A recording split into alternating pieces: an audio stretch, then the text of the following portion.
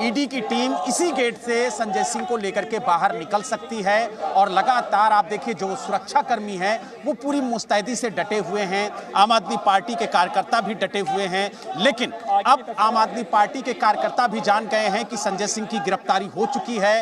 हालांकि अब उन्हें कब लेके जाएंगे इस बात का इंतजार कार्यकर्ताओं को है, लेकिन जो अभी हमें जानकारी मिली है उसके मुताबिक बस कुछ ही पल में संजय सिंह को ईडी यहां से लेकर के निकलेगी और जिस समय उनको लेकर के निकलेगी उस समय यहां पर सुरक्षा के पुख्ता इंतजाम होंगे। इस तरीके का इंतजाम पहले से ही करके रखा गया है दोनों गेटों पर।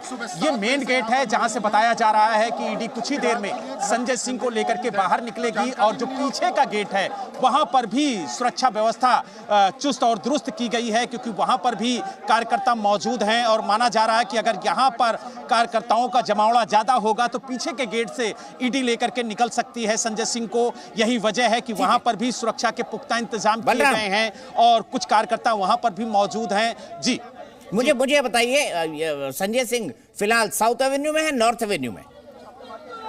घर कहाँ है उनका?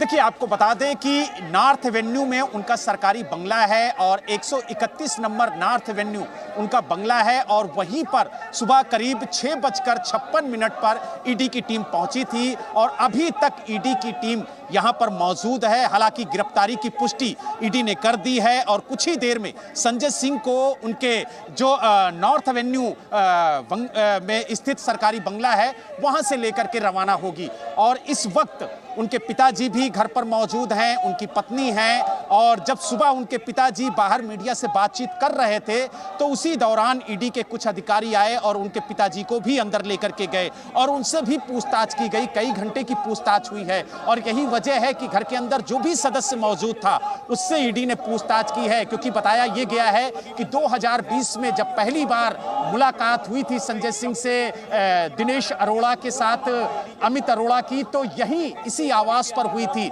यही वजह है कि उस पल के बारे में भी पूछा गया है, पूछताछ हुई है और जो जो गंभीर आरोप संजय सिंह पर लगे हैं दिनेश अरोड़ा के बयान के